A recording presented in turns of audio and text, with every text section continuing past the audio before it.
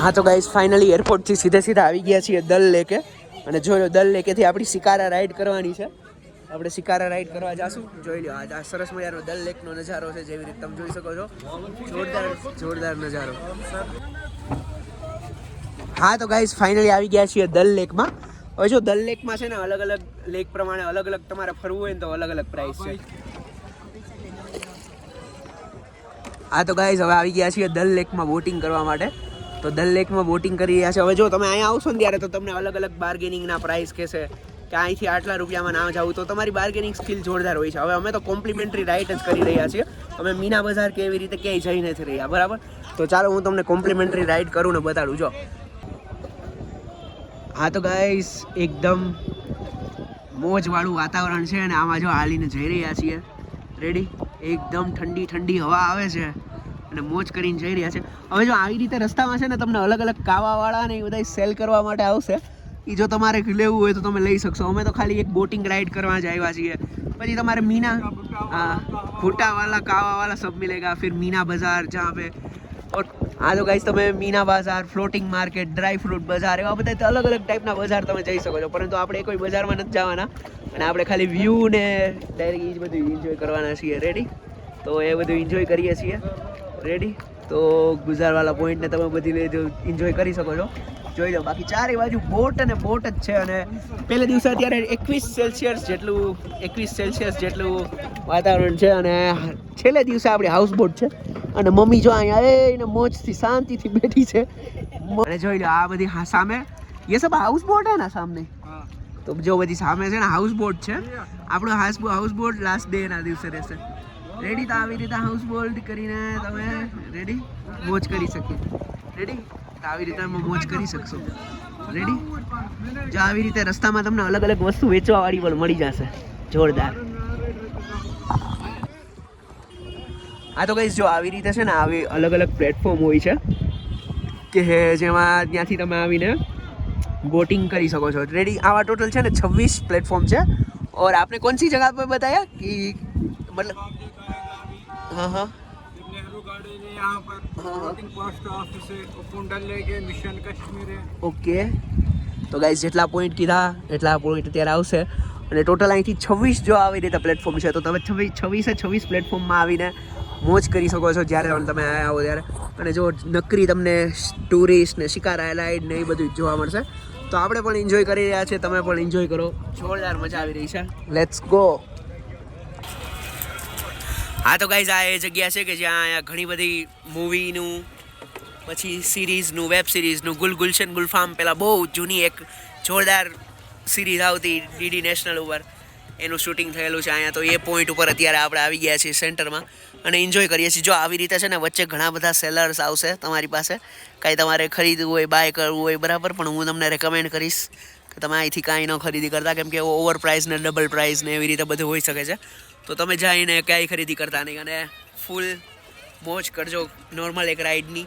અંદર આપણે dry fruit માર્કેટની એ પણ માર્કેટમાં નહીં ગયા કેમ કે આપણે કાંઈ ખરીદી કરવી નહીં તો એટલું બધું અંદર જઈને શું કરવું. મોસ્ટલી જે મેઇન પોઈન્ટ્સ છે ને એ આ બધા જ છે.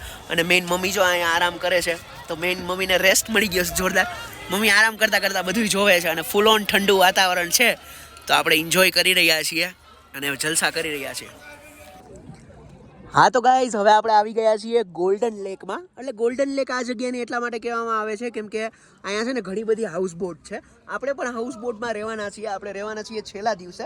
પરંતુ આને ગોલ્ડન લેક એટલા માટે કહેવામાં આવે છે કે રાતના જ્યારે બધાની સાંજ પડી જાય છે ને અંધારું થઈ ગયું હોય ને જ્યારે હાઉસ બોટની લાઇટ થાય છે ને એટલે આખું બધું ગોલ્ડન જેવું લાગે છે. એટલે આને ગોલ્ડન લેક કહેવામાં આવે છે. તો જોઈ લો ખૂબ જ સરસ મજાનો નજારો છે ને આપણે ધીમે ધીમે એન્જોય કરતાં અને મોજ કરતાં જઈએ છીએ આપણે. ફૂલ મજા આવે છે.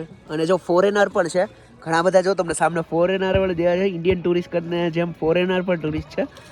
અને એને મમ્મી જો જલસા કરે છે શાંતિથી. એ ગઢ બિરાજમાં બેઠી અને મમ્મી દાંત કાઢે છે.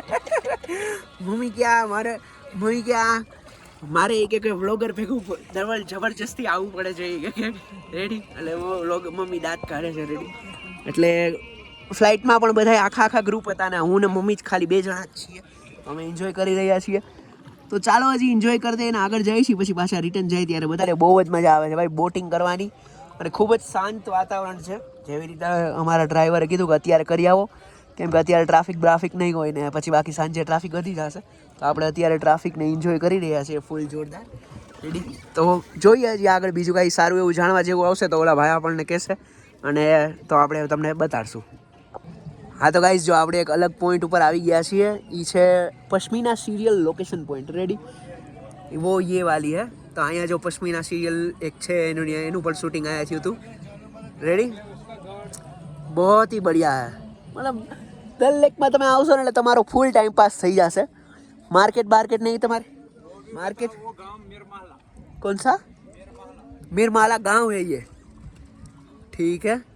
उसमें क्या कुछ अलग चीज़ है मिरमाला गांव? लोग यहाँ के लोकल. अच्छा, लोकल है. मिरमाला गांव के लोकल लोग हैं यहाँ पे. ठीक है, तो ये भी आप लोग देख सकते हो. पश्मीना सीरियल की शूटिंग हुई है वहाँ पे, और ये यहाँ पे मिरमाला. ये लोटस की खेती भी दिखाओ. ओके, लोटस की खेती. ये अच्छा, वाटर लिली. ओके, लोटस की खेती यानी कि गुलाब हाँ. गुलाब की खेती होती है. कमल. हाँ, के फूल कमल के फूल खिलते हैं यहाँ पे. अगले महीने से निकलेंगे कमल के. अच्छा, अगले महीने से. भी इसी में से निकलते हैं. अच्छा, खाते हैं कश्मीरी में. सही है. તો ગાઈઝ यहाँ पे અહીંયા બહુ બધી વસ્તુ છે ભાઈ, એક વસ્તુ નથી. તો તમે અહીંયા મલ્ટિપલ વસ્તુ આવીને એન્જોય કરી શકો છો. અને હવે આપણે આ કોણ સા ગાંવ બતાવ્યા આપણે અહીંયા? मिरमाला. મિરમાલા ગાંવ, એની વચ્ચે આપણે જઈ રહ્યા છીએ. મિરમાલા ગાંવ. રેડી? તો એને આપણે જોશું. અને જો અહીંયા વચ્ચે જો તમે રસ્તાની વચ્ચે જો રેસ્ટોરન્ટ ઓપન કરેલું છે આ દલ લેકની અંદર, જોરદાર રેસ્ટોરન્ટ. જો કોઈને ખાવું પીવું કાંઈ પણ કરવું હોય તો એમાં જઈ શકે છે. રેડી? તો આપણે તો કાંઈ અત્યારે ખાવા પીવાનું મન નથી. રેડી? એટલે આપણે બેઠા છીએ શાંતિથી અને આપણે એમણે જોઈ રહ્યા છીએ અને એન્જોય કરીએ છીએ. જોઈએ હવે મિરમાલા ગાંવની આગળ કઈ વસ્તુ આવે છે ને એ તમને બતાડીએ. હા તો ગાઈઝ, જી આપણે લોટસની ખેતીની વાત કરી, જો અહીંયા વધારે છે. જોઈ લો સામે. હા, કમળની ખેતી જો આખું જોઈ લો. એ જ આખીમાં ઓલી સાઈડ આખે લોટસની ખેતી જ થાય છે. રેડી? અને આપણે જો વચ્ચેથી જઈ રહ્યા છીએ અને જો સામે પહાડનો નજારો જુઓ, એક નંબર મસ્ત નજારો છે. અને અહીંયા પણ હાઉસ બોટ્સ તો કન્ટિન્યુ જ રહે છે. આ બધી હાઉસ બોટ, ये सब हाउस बोट ही है ना. મતલબ અહીંયા જો હાઉસ બોટમાં આવીને તમને રહેવાની અલગ જ મજા. હવે આપણને મને ખબર નથી કે આમાંથી મારી હાઉસ બોટ કઈ છે. તો આપણે લાસ્ટ ડેના હાઉસ બોટ કરવાના છીએ, પછી એને સેકન્ડ ડે આપણી ફ્લાઇટ છે. તો આપણે લાસ્ટ ડે આવશું અને તમને હાઉસ બોટ દેખાડશું. પરંતુ અત્યારથી જોઈને જ બહુ મજા આવે છે કે બહુ જ સરસ મજાની હાઉસ બોટ હોય છે. रेडी? इसके अंदर पंखा, एसी वेसी सब कुछ होता है? सब कुछ होता है. Okay okay. और गाइस, रील की शूट चल रही है, देखो. छोटे बच्चे रील बना रहे हैं. હા તો ગાઈઝ, આપણી રાઈડ પૂરી થઈ છે. આપણે સ્મોલ જ રાઈડ કરી છે. બાકી તમે અહીંયા આવીને મોટી રાઈડ ને એ બધું કરી શકો છો. હવે મોટી રાઈડ પ્રમાણેના ચાર્જીસ હોય છે, પરંતુ આપણે 16 સ્મોલ રાઈડ કરી છે. આખું રાઉન્ડ ફરવું હોય, ઘાટ નંબર 1 થી લઈને ઘાટ નંબર આખા 26 આવી જાય છે. બરાબર? તો અમે લોકોએ તો એક જ રાઉન્ડ માર્યો છે. અમે કોઈ બહુ કાંઈ વધારે રાઉન્ડ નથી માર્યો. અમારે કેમાં ટેક્સીવાળાને ટેક્સીવાળાએ અમને બહારથી રાઉન્ડ મારી દીધો હતો, એટલે અમારે બહુ કાંઈ મોટો રાઉન્ડ મારવો નથી બોટની અંદર. રેડી? ડન છે. અને આદિલભાઈ હતા આપણી સાથે. આદિલભાઈને કોન્ટેક્ટ કરી લેજો. રેડી? જ્યારે પણ તમારે અહીંયા આવવું હોય ત્યારે. એ શિકારા બોટ હલાવે છે ને અહીંયા આપણે પૂરી કરીએ છીએ આપણી ડલ લેકની boating ride. Keep loving, keep supporting VC Vlogs. Bye bye. See you at another place in Srinagar. By.